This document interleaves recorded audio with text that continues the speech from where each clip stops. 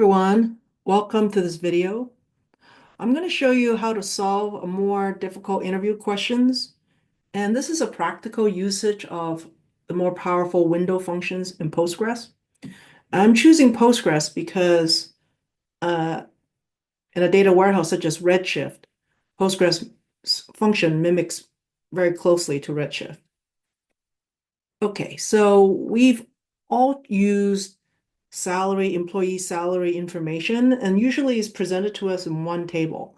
But I'm going to present it as a normalized three different tables. So there's employees, there's information about the employee. So employee ID, first name, the title, the department ID, and the manager. And then the department, different departments that they're in, and then their salaries. Now, salary, usually you just get one table with one salary, but that's not real life. I mean, people get raises, and so the salary will change over time. And that's why we move the salary into a different tables. And so we'll take this one at a time. First, what is the current employee list and their department name? So that's pretty simple. So, but let's just do some EDA here from employees. Okay, here's the employees. And so we want the department, and the department has a department ID, but I think what they mean is the department name here, right? The department name. So let's join with the department. Right, it's called department. E dot department ID equals D dot department ID. And so from, let's just say E tape alias, we want everything. And then from D, we want the department name. Let's see what it looks like. Great. So we have individual employees, name, the title, the department ID, their manager, and then the department name. So that's question number one. Now, question number two is, what is their current salary for every employee? So as you see, the salary changes over time, and they want the current one. So effective date here means as of this date forward, going to the future, this is the new salary until a new effective date is available for that employee. So this employee 101 had started at 155,000 and now it's at 185,000. So they got a raise about a little over 3 years later. So we have almost everything here, but let's just write it out so that we don't have stars. Employee ID, F name, E dot title. Okay. It didn't ask us for department, so I'm just going to get rid of this. Fewer joins, the better. So we're going to join with salary instead, S. And we're going to join with employee ID to S dot employee ID. Now, if we order by E dot employee ID, and then what do we want from the table? The salary. Right, that's what it's called. Salary, yep. Let's see what that looks like. So Anna, the CEO, has this salary, then this salary. Okay, let's put this effective date just so that it be really clear what that looks like. Right, on this date, it was this salary, and this date was this salary. Now, since we want the most recent, the current salary, not historical salary, let's rank these by effective date. Rank over partition S dot employee ID. Order by effective date. We'll do descending, so meaning the most recent first. As salary. Right, just to make sure that runs. Yes. So this is the latest, gets a 1, second one gets a 2.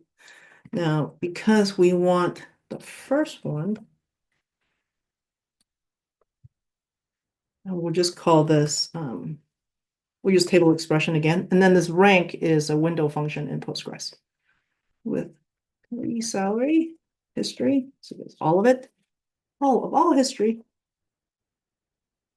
This is the entire history. Then select, get this stuff.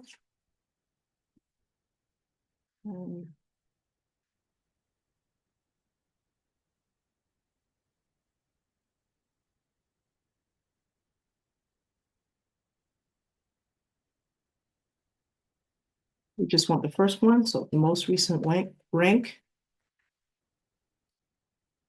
There you go. So as of the latest effective date, Anna, the CEO, is making 185,000. Rick, the account manager, is making 125,000, and so on. And now we've only got one row per employee. So this answers question number 2. Now, question number 3, create a list of employees and their current salary, which we have, their department average salary and the company average salary in one row. Create a flag if a person's current salary is higher than the company average. So, okay. Since we'll leave this table expression alone, we'll just probably need to create another one. Let's need more room here. So, okay, I'll just say average department salary as, what do we want to select? Select something from this history, because everything is already presented here. So might as well reuse this. We'll go, here we go. I'll just grab all this again. Okay. All right. Average salary. Now, did you know average is a window function? If you don't put over the keyword over parentheses and all the other stuff, then it just becomes, over everything. But if you did want to use it in its full form, you can go like this, partition by department ID as average department salary. See, we're going to partition by department. For each department, find the average salary. And we're going to call this department salary. And then average salary over as company, average company salary.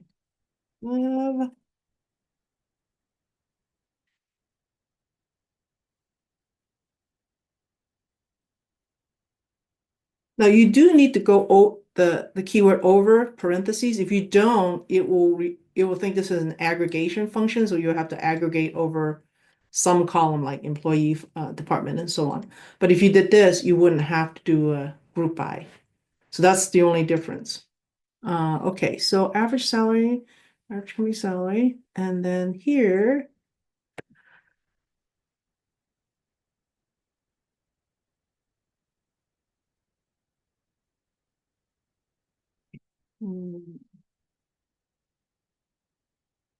Actually, we can probably just wrap this. This is current salary. We'll call this A.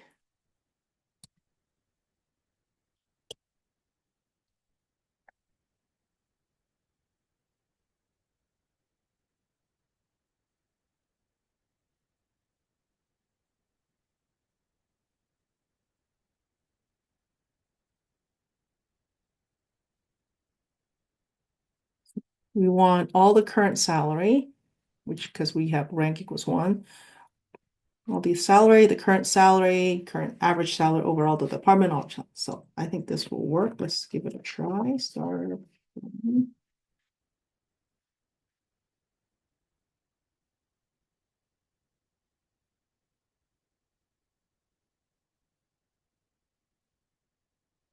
Department ID does not exist.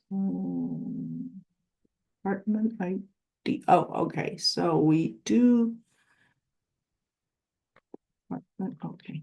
We need department ID.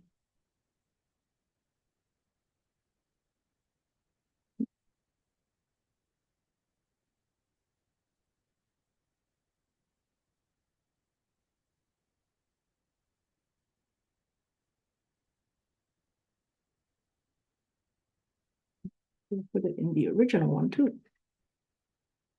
Okay, great. So here in this department ID here, we have the current salary of this person, the average department salary of this person. We know Anna's in this department by herself. So the average is the department salary. And the two HR folks, 155 and 96, the average is 125. So everything works out right there.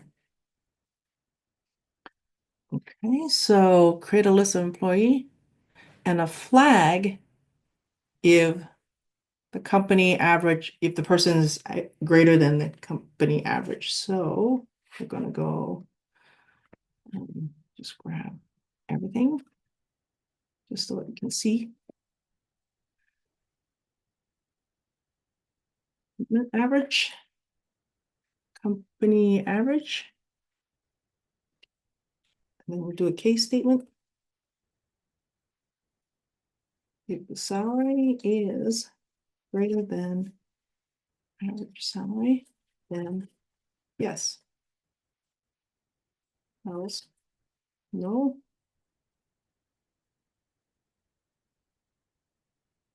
And as salary greater than,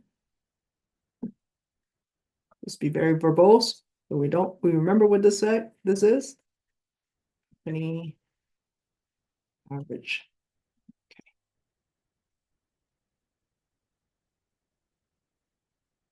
There we go.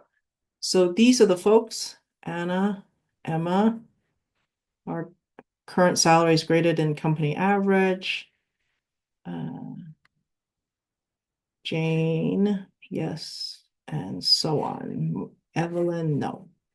Okay, so that answers third question.